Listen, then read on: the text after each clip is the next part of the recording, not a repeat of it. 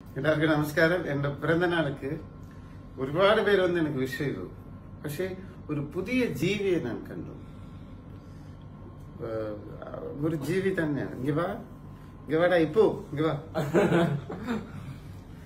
இந்த ஜீவி எதுல பற்றி மனசிலாங்க நீ பாரு என் முடி அப்படி போகுது முடி மட்டும் தேங்க்ஸ் இருந்தாலும் இந்த கார்டனிங் நீ எப்படி பண்ண நோக்கு இது தாழ விழுமாடா யாருக்கும் கிடைக்காத சித்தி இது தாழையே போக மாட்டேங்குது எனக்கு தாழ போக மாட்டேங்குது என்ன ஸ்ப்ரே போடுவியா